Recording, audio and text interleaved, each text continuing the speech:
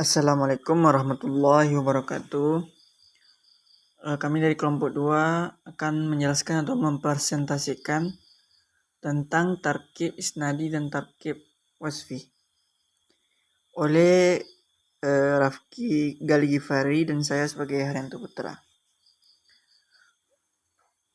Pengertian dari murakkab atau tarkib, yakni kaul yang dibuat dari dua kalimat atau lebih, baik memberikan faedah tammah, pemahaman yang sempurna, maupun faedah naqisah, pemahaman yang tidak sempurna. Nahu contohnya an-najatu fi sadri, faedah tamamah. Yang kedua sautut tayri abyadu, faedah naqisah. Yang pertama murakkab isnadi atau tarkib isnadi ialah gabungan dua kata atau lebih yang berisi penyandaran status atau hukum terhadap suatu perkara. Misalnya saat kita ingin menyandarkan status orang yang bersungguh-sungguh pada sosok yang bernama Zuhairi, maka kita ucapkan Zuhairi al-mujtahid. Zuhairi adalah orang yang bersungguh-sungguh. Dalam contoh tersebut, yang berkedudukan sebagai status atau hukum yang dinamakan musnad, yakni lafaz mujtahid, sedangkan yang dihukuminya dinamakan dengan musnad ilaih, yakni lafaz Zuhairi.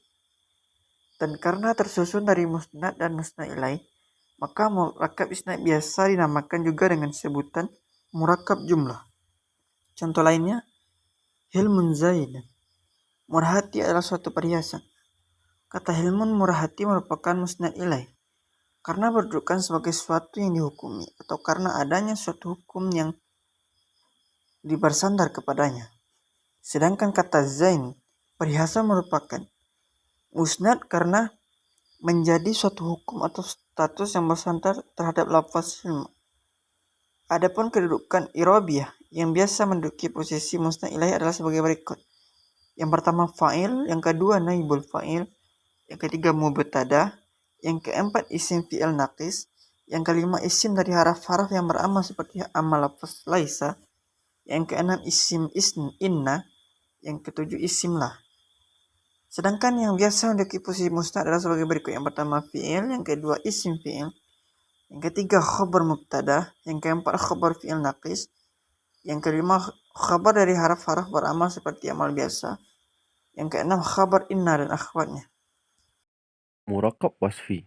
Tarkib atau murakkab wasfi merupakan kata lain dari tarkib atau murakkab na'ti. Na'at sering disebut juga wasfu atau sifat, yaitu isim yang disebutkan untuk menerangkan sifat isim sebelumnya, man'ut atau mausuf, atau untuk menerangkan sifat isim yang berhubungan dengannya. Maka fungsi dari kata sifat ini yaitu untuk menyifati kata benda tersebut, yaitu yang berhubungan atau berkaitan dengannya. Hal ini juga berlaku sama di dalam bahasa Indonesia, yang memiliki pula kata sifat dalam menjelaskan suatu bentuk atau jenis karakter suatu benda atau manusia.